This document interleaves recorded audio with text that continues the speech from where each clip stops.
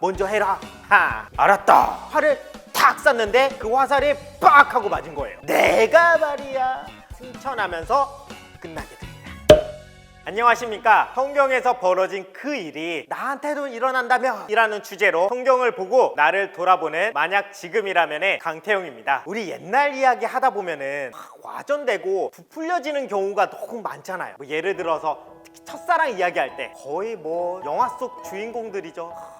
빗속에 아련한 그녀, 햇살 아래 웃고 있던 그녀, 나를 보며 웃어주던 천사 같은 그녀. 기억 속의 그분들은 거의 드라마 속 연예인인데 정작 그분들은 그런 기억 없죠. 매일 학교 끝나고 떡볶이 먹던 기억밖에 없잖아요. 그리고 남성분들 같은 경우는 군대 갔다 온 얘기, 거의 얘기만 들어보면 박물관에 전시될 전설들이에요. 라떼는 말이야 삽 하나 지어주면 산도 옮겼고, 내가 말이야 바다를 수영으로 횡단했던 사람이며 난 그 부대의 전설이었어 하면서 정말 말도 안 되는 이야기 많이 나오잖아요. 그리고 내가 한때는 정말 17대 1의 전설의 주먹이었지, 그렇겠죠. 17명 중에 한 분이셨을 테니까. 근데 오늘 소개시켜줄 이분은 17대 1도 아니고 100대 1도 아니고 무려 850대 1로 싸워서 이긴 분이 있습니다. 성경에서 850명이랑 싸워서 이긴 남자, 오늘의 주인공 엘리야입니다.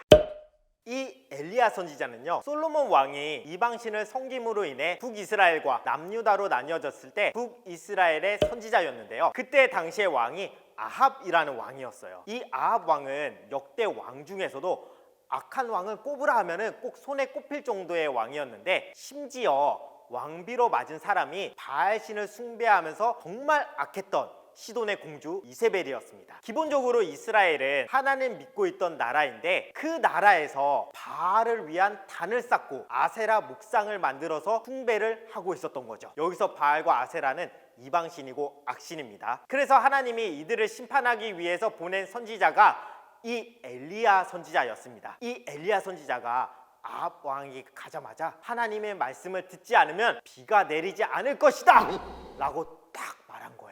기본적으로 구약 선지자분들은 배짱이 진짜 남다른 것 같아요. 그리고 엘리야 선지자가 그 말을 하고 그릿 시냇가로 와서 생활을 하게 되는데, 그때 하나님이 보내주신 까마귀가 매일 아침 저녁으로 떡이랑 고기를 물어다 주어서 그거를 먹으면서 생활하고 있었어요. 근데 시간이 지나 계속 비가 내리지 않으니까 시냇물이 말라버린 거예요. 그래서 시돈의 사르밧으로 가니까 거기에 병들어 있는 아들을 데리고 사는 과부를 만나게 되는데요. 그 과부에게 가서 먹을 것 좀 달라 하니 과부가 나는 가루 한 문큼과 기름 조금밖에 남아있는 것이 없다, 즉 한마디로 병들어 있던 아들을 먹여야 돼서 줄 수가 없다 라고 하는 거죠. 근데 엘리야 선지자가 그걸로 떡 하나 만들어주면 다시 비가 내릴 때까지 그 가루와 기름이 계속 솟아날 것이다 라고 했는데, 그것을 믿고 진짜 떡을 만들어 주니까 정말로 끝날 때까지 가루와 기름이 계속 솟아나고 그 병들어 있는 아들이 죽으니까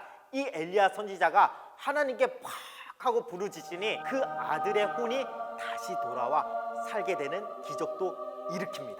결국 하나님의 뜻하심 속에서 모든 것이 일어난 거죠. 그리고 3년이 지났을 때 이 기근과 흉년이 엄청 극심해지고 왕비였던 이세벨이 하나님 믿는 선지자들을 정말 무자비하게 핍박하고 죽이고 있었는데, 그때 엘리야 선지자가 딱 나타납니다. 거의 영화 속 한 장면이죠. 웅장한 BGM이 탁 깔리면서 서로 눈빛을 교환하고 노려보고 있었겠죠. 타당 하면서. 그때 아합 왕이 엘리야 선지자에게 너 때문이냐, 너 때문에 비가 내리지 않는 것이냐 라고 하니까 이 엘리야 선지자가 아니요, 당신들이 바알신을 섬기고 있기 때문이요 하면서 이 엘리야 선지자가 먼저 승부수를 딱 던져요. 바알신을 섬기고 있는 450명이랑 아세라를 섬기고 있는 400명을 갈멜산으로 데려와라 하면서 이때 전설의 승부가 펼쳐지게 됩니다. 그래서 갈멜산에서 엘리야 혼자 탁 서 있으면서 이 엘리야 선지자가 송아지를 하나씩 놓고 각자의 신에게 빌어서 먼저 불이 붙으면 이기는 걸로 하자 그러더니, 너희 수가 많으니 송아지 먼저 가지고 가서 시작해라, 그러니까 먼저 해라 라고 하는 거예요.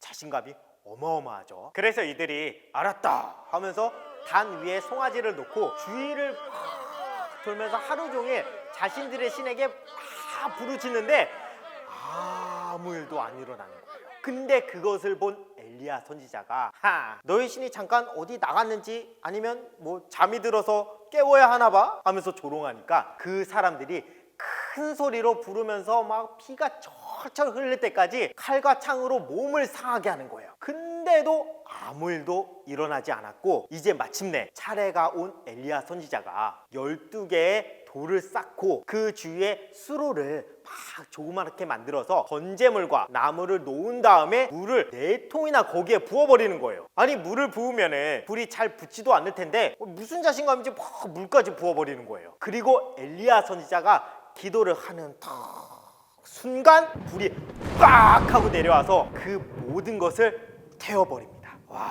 하나님 진짜 멋있어요. 그거 지켜보고 있다가 기도하는 순간 바로 불을 내려준 거잖아요. 그리고 그 가증스러운 이방신을 섬기고 있었던 사람들을 기손시내, 즉 기손간에 데려가서 다 죽이고 그렇게 심판을 마치고 3년 6개월 만에 비가 다시 내리게 됩니다. 근데 그것을 들은 이세벨 입장은 얼마나 분하고 열받겠어요. 아니 자기 사람들이 결국엔 져서 다 죽었으니까 엄청 열받았겠죠. 그래서 엘리야를 죽이려고 하는데 엘리야가 그것을 알고 광야로 도망가요. 그래서 꼬박 하루를 걸은 다음에 로덴 나무에서 기도를 하는데 하나님, 저는 여기까지인 것 같습니다. 그 옛날 선지 사도들처럼 못해서 죄송합니다.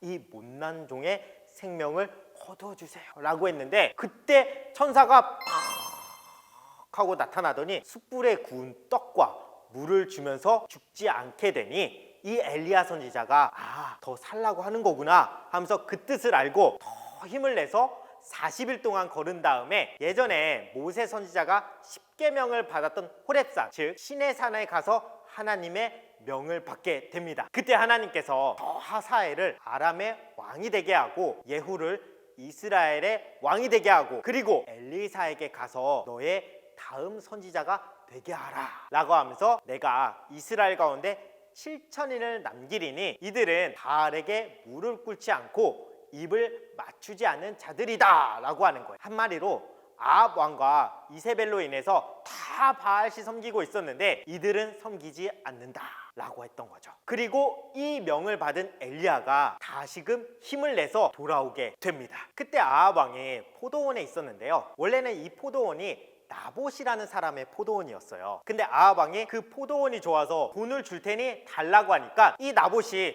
그건 하나님 보시기에 합당치 않습니다 하면서 거절해요. 그것 때문에 속상해가지고 풀 주고 있으니까 그것을 본 이세벨이 나봇을 부른 다음에 너는 하나님의 왕을 저주하였다 하면서 돌로 그냥 죽여버려요. 끔찍하죠. 그렇게 뺏은 포도원에 아합 왕이 있었는데요. 이때 엘리야 선지자가 딱 나타나더니 너가 죽으면은 개들이 그 피를 핥을 것이며 이세벨이 죽으면은 개들이 다 먹을 것이다 라고 하는 거예요. 아니 갑자기 나타나더니 왕에게 그런 말을 하는 거예요. 근데 진짜 나중에 이 아합 왕이 유다와 결탁해서 아람과 전쟁을 했는데요. 이 이스라엘 왕으로 있으면은 표적이 될 것 같으니까 일부러 병사인 척하며 분장하고 나갔는데 그 적군 중에 한 사람이 우연히 활을 탁 쐈는데 이 아합 왕의 갑옷 솔깃, 즉 이 솔깃이라는 것은 갑옷과 갑옷을 이어주는 그 틈새, 거기에 그 화살이 빡 하고 맞은 거예요. 그래서 결국에는 아합 왕이 죽고 그 왕이 타고 있던 병거에 묻은 피를 개들이 와서 핥아먹게 돼요. 그리고 나중에 이세벨도 죽게 되는데요. 이 이세벨은 저주받은 사람이다 라고 해서 시체를 버리니까 개들이 와서 그 시체를 먹게 되면서 아주 끔찍한 죽음을 맞게 되고 하나님의 말씀도 이렇게 이루어지게 됩니다. 그렇게 엘리야는 아합 왕이 죽고 난 다음에 후임인 엘리사와 함께 요단강에 가서 옷으로 탁 치니 요단강이 쫙 갈라지면서 그곳을 건너니까 불수레와 불말이 하늘에서 내려와 가지고 해릿바람을 타고 엘리야가 승천하면서 끝나게 됩니다. 결국 엘리야 선지자는 이방신을 섬기며 악하고 악했던 아합 왕과 이세벨과 싸우고 결국에는 승리하고 하나님께로 가게 된 건데요. 근데 중요한 건 이 일이 만약 우리에게도 일어난다면이죠. 하나님은 갈멜산에서 850대 1의 싸움에서 불을 내림으로써 승부에서 이기게 하시고 그러므로 인해 대적에게는 심판을, 하나님 믿었던 엘리야에게는 구원을 하셨던 것처럼 이 재림 때에도 불심판이 있을 거라고 얘기하고 계시는데요. 저 베드로후서 3장 10절에서 13절에 보시면 주의 날이 도적같이 오리니 불로 타지고 녹아질 때 우리는 새 하늘과 새 땅을 바라보라고 되어 있고, 계시록에서도 이렇게 많은 곳에서 불심판이 있을 거라고 얘기하고 계십니다. 근데 여기서 진짜 소름 돋는 거는요, 요한계시록 2장 20절에 보시면 이 이세벨이 또 나온다라고 합니다. 자, 그렇다면은 그 구약에 죽었던 이세벨이 막 조미처럼 우와 하면서 나오고, 저 불심판도 진짜 팍 내려와가지고 다 심판을 하게 되면 하나님은 누구랑 사시는 거예요?